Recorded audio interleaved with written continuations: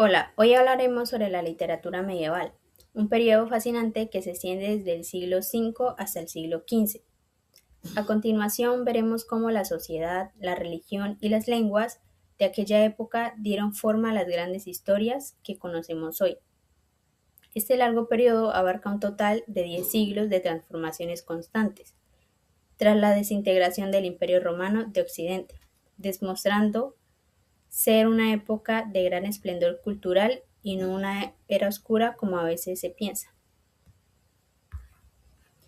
Para entender esta literatura, primero debemos entender cómo vivían. La sociedad se organizaba bajo el feudalismo, dividida estrictamente en tres grupos: los que oraban, el clero; los que luchaban, la nobleza; y los que trabajaban la tierra, los campesinos.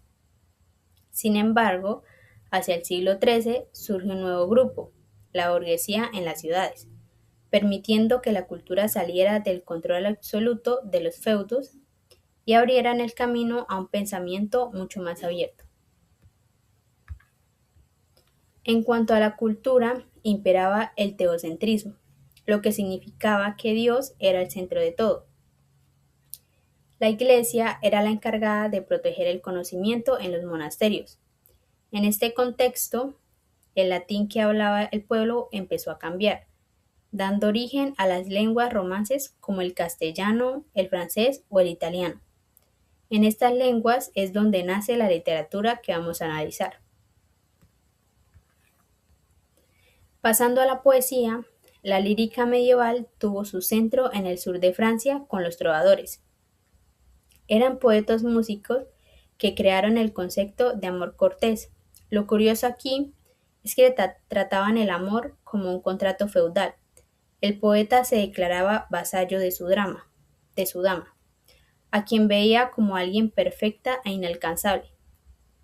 Esta influencia se extendió por toda Europa, llegando a Alemania con los Messinger e Italia con el Doll Stil Nob, que empezó a explorar sentimientos más profundos y espirituales. En esta corriente italiana, la dama ya no es solo un objeto de adoración física, sino que pasa a ser considerada una figura espiritual que conecta directamente el alma del poeta con Dios. Por otro lado, tenemos la épica. Estas eran historias de héroes que representaban los valores de su pueblo. Como la mayoría de la gente no sabía leer, esas historias las difundían los juglares, que eran artistas que recorrían las plazas recitando poemas de memoria. Entre las obras más importantes están la Chanson de Roldán en Francia, que exalta el valor caballeresco; el Cantar del Mío Cid en España, que trata sobre la recuperación del honor; y el Cantar de los Nibelungos en Alemania, que mezcla la historia con la mitología germánica. Técnicamente, estos cantares de gesta se caracterizan por el realismo de sus escenarios geográficos y por el uso de fórmulas orales que los juglares usaban para recordar las virtudes del héroe al improvisar.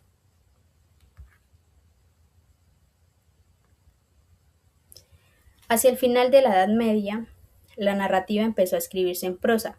Surgió la materia de Bretaña, con las leyendas del rey Arturo y los famosos libros de caballerías, como el Amadís de Gaula, que nos presentaba al héroe perfecto, valiente y siempre fiel a su amada.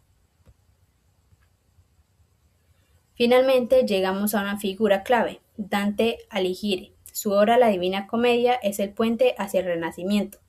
En ella Dante narra su viaje por el infierno, el purgatorio y el paraíso. Es una obra cargada de símbolos, utilizando siempre el número 3 por la Santísima Trinidad y estructurada en 100 cantos perfectos. Para finalizar, podemos concluir que la literatura medieval no solo nos dejó historias de caballeros y amor, sino que fue el motor que permitió que el latín evolucionara hasta convertirse en las lenguas que hablamos hoy.